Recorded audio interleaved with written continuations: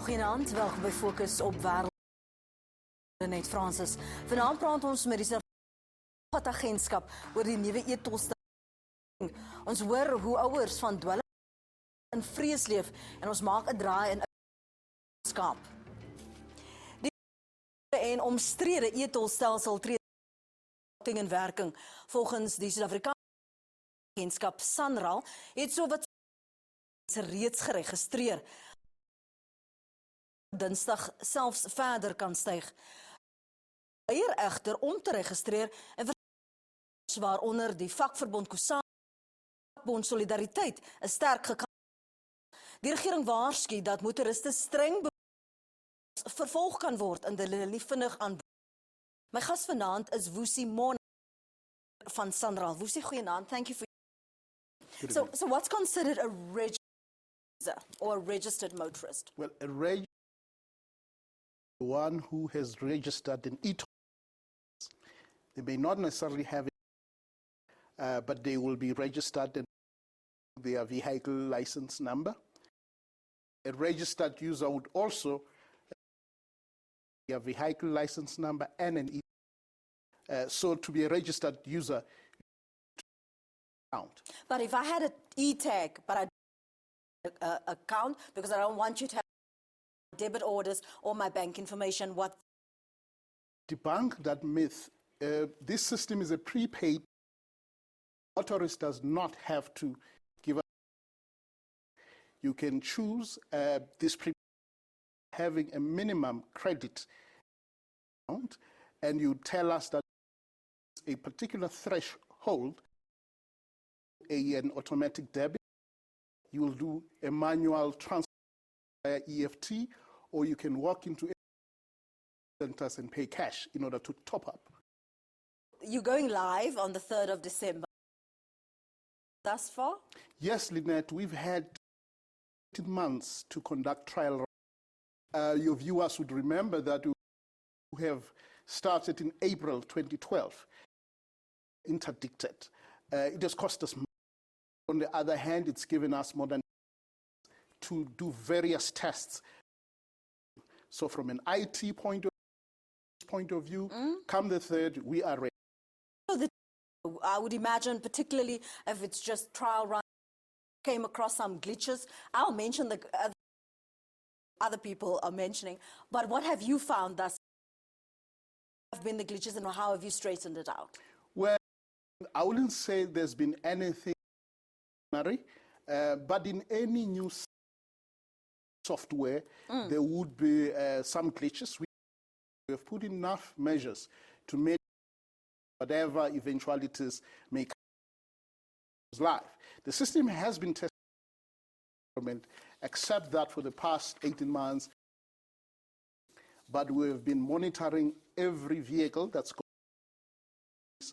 In fact, that has helped us pull out some very interesting data as to how much to pay is based on actual projections.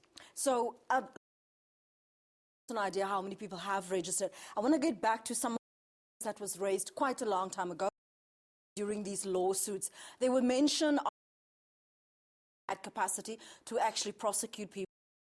There were enough resources to implement this. And I recall that it was inefficient and Lynette, let's start with the prosecution and SANRAL does not have the mandate. We are a roads construction agency. The people fall within the chapter. On that point, a lot of our viewers wanted to know, so who's going to enforce it and who's going to, if they refuse to pay, who's going to enforce it? Will they be prosecuted? Whether it's going to be kind of blending in those questions because it's quite relevant. Well, Lynette, any law that's it's known who does. I must emphasize that the SANRAL, you ask us to fill the potholes, roads, plan the roads, we will do that. To law enforcement, in South Africa, there are law enforcers when it comes to the Justice Department. Now, we welcome people empathizing with us as to whether that we don't prosecute. That question should be directed to us, and we think that they have the capacity and resources to implement. Lynette, SANRAL for efficiency, even if all our regions, let's also place that on. No, I need to correct you on that. They're not responsible for those roads that you see having potholes. If you look at the road network, you'll hardly find maintenance.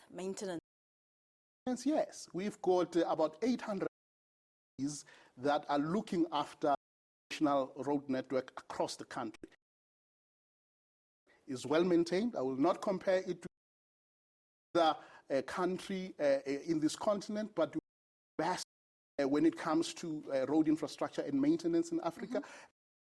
But we can hold up in some of the developed countries in the world. Your response to what Outa said, that it's inefficient. Look, Outa is talking about SANRAL. We don't know what they've never been inside Outa. They've been armchair critics. Are wondering what informs the conclusion that we are not capable of administering is inefficient. Let's talk about if they don't pay or don't register. What charge, under what law and act are they going to be prosecuted, and how are they going to work? Well, this is a motorists who will have about actually 7 days, right? Accounts. So the premises? Not necessarily. But remember, when you are driving on the road, there are signs that tell you we are now on and you need to pay within 7 days. You need SANRAL to remind you to do so. Across a stop sign, you stop immediately. You don't need 7 days. So you will need to comply with the signs that you have on the road. And after 7 days, if after 7 days nothing is coming through, transaction then moves into what we call the VPC, violation processing of our operations. That's the deals with every amount that is. We would then thereafter send the motorist, use the e-toll roads on such and such a date, and you've got issue. Who's we? SANRAL. Okay, so SANRAL won't be doing the prosecution. The debt collection. The debt collection, just like the SABC advertised, and I haven't paid my account, send me a reminder before this, right? So that's what we are going to do. The motorists, give them 30 days.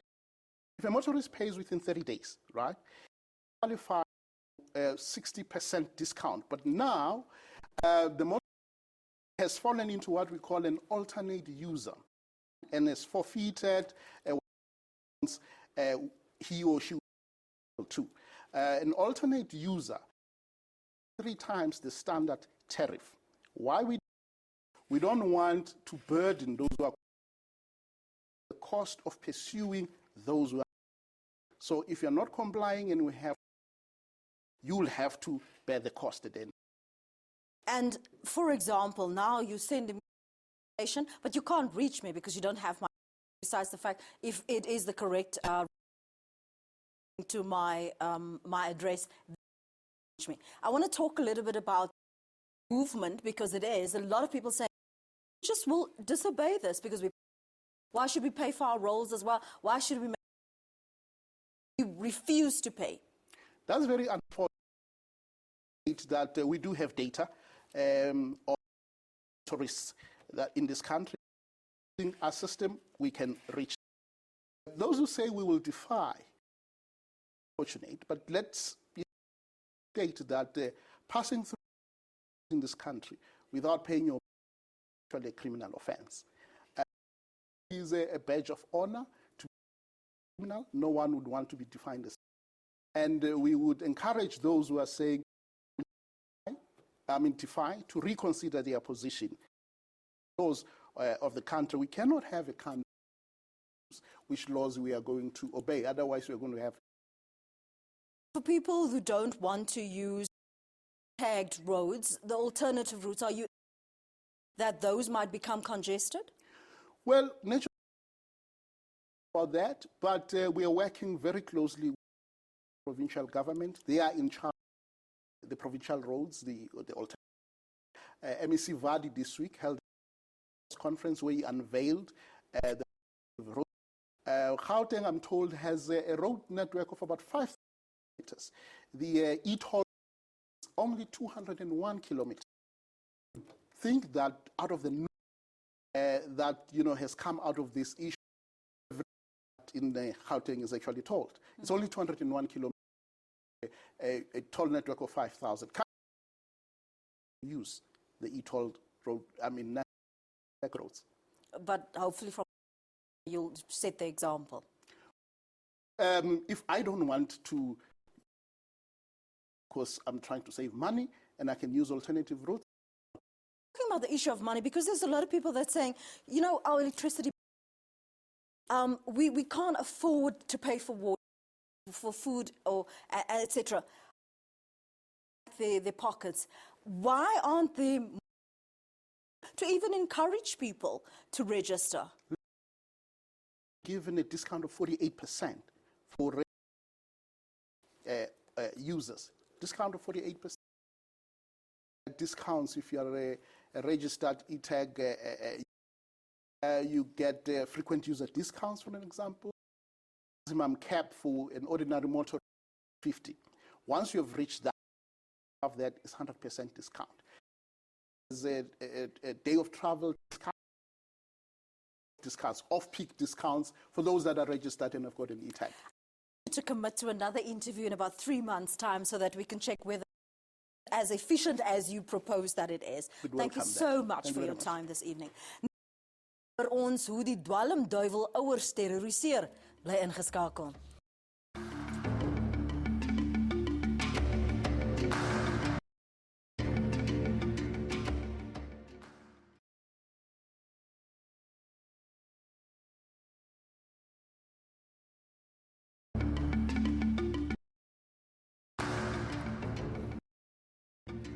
Welkom terug. Die misbruik is besig om landwyd hand uit te en ouers word toenemend die slagoffer van dwelmverslaafde kinders.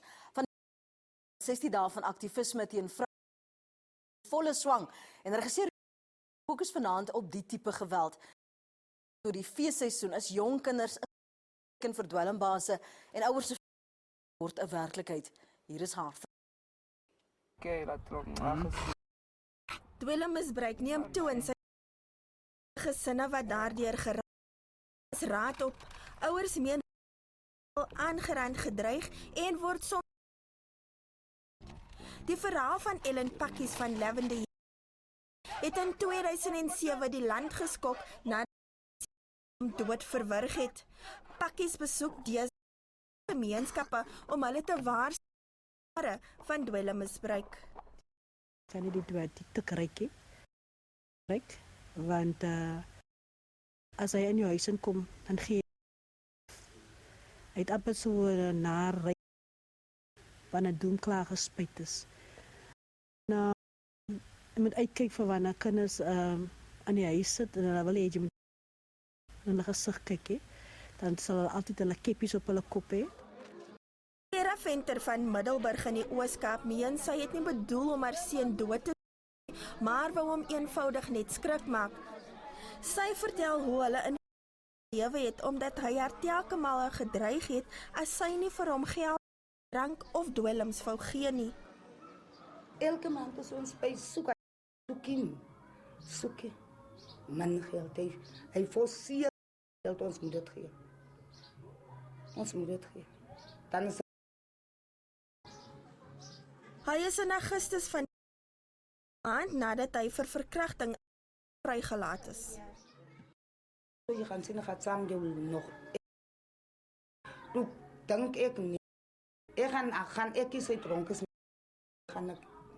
Maar by my liggies. Nie vertrou nie. Die kinders sou enigiets. Ons het 'n geval gehad waar ons 'n drak in die area gehad het, waar die seun uit reep toe gegaan. Reep toe het hy maar net En die myn drak is die goedkoopste tik. En dat hy sy ouers gebrand het. Hy jou goed steel om kan gaan verkoop en dan en so ge-entertainment hebben. Maar so sal ek die mense om nie by iets te koop wat omkom nie. Jy weet, because dit is hulle kan stop. Veral op hande is dit 'n baie in die dwelmbedryf. My standpunt is van goed het. En ek glo ten alle tye as ons glo en ons geloof is so groot in Jesus in, dan kan daar en daar sal 'n verandering kom.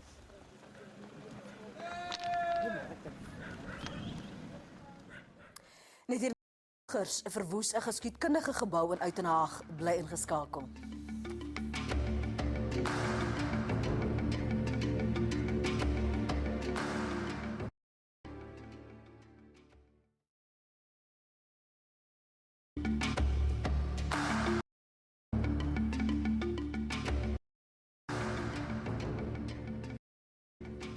Welkom terug. Die landskapsaal op Uitenhaag was in die straat 'n vergaderplek vir politieke aktiviste. Gemeenskappe inligting kon kry oor die vryheidsstryd. Maar die saal is onlangs deur keelvol gemeenskappe in Uitenhaag. Inwoners het in opstand gekom teen leë beloftes en swak dienslewering munisipaliteite. Die Langa gedenksteen gister herdenking van mense wat op 21 Maart in Madunaweg deur die polisie afgemaak beskadig. Spesialistregisseur Keith Uitenhaag en hier is sy verslag.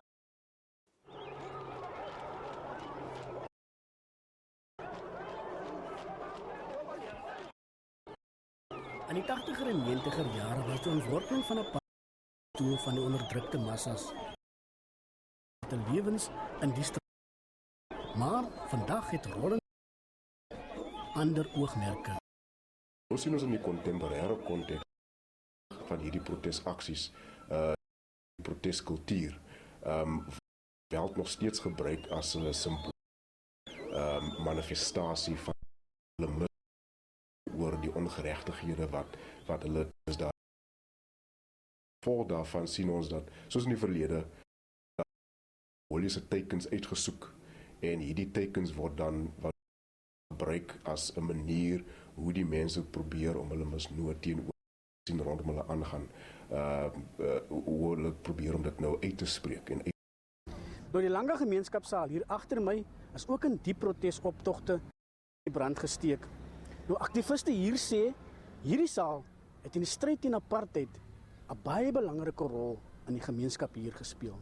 The hall constitute a very important element of our struggle for freedom, because where the meetings took place, you know, whether you talk about the engagement with the community or you talk about prayer service, you know, there would of the late Reverend and many former activists, would assemble in a particular hall and really engage the community. This hall is the cornerstone of this community. I think that action, of banning the wall, is an area that really, makes us to be a bit worried, Hier agter my het nou oproerigheid deurgeloop. Nou hierdie gedenksteen is op in Maart 1985 hier in Madunaweg deur die polisie. Masses came from this part of the world, assembled in Maduna Road, not very far from the, because that was the march, was to demonstrate people and to say, let there be one city, let there be democratization of the institutions of local government. Die gemeenskap het onlangs op die oop veld tussen mekaar gekom en onwettige begin bou. Hulle was skeel dienslewering en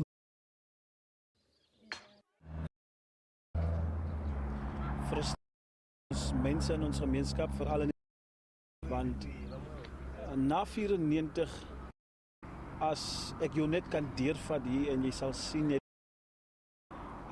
ontwikkeling.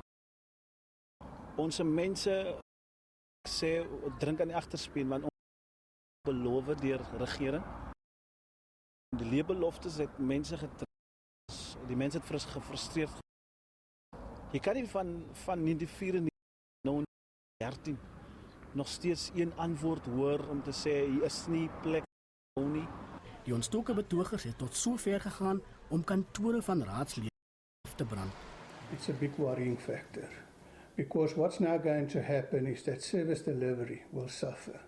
And what is more important is that there's no option now available to the community that should they seek some help or wants to lay complaints that there's now no officers to available to them. So yes, definitely it's a great which will have a negative influence to our communities out there. Die gemeenskap wil bestuk dat sou die owerhede nie gehoor gee en daadwerklik aandag aan die behuising gee nie, hulle weer aksie. Groet ons, maar onthou kykers se kommentaar is altyd welkom. Skryf Fokus gevolg deur 'n kort boodskap. SMS dit na 34444. SMS kos R2. Word gerus ons Fokusgroep op Facebook. Volg ons ook op Twitter by Fokus. Ons gas, die res van die Fokusspan. Totsiens dan.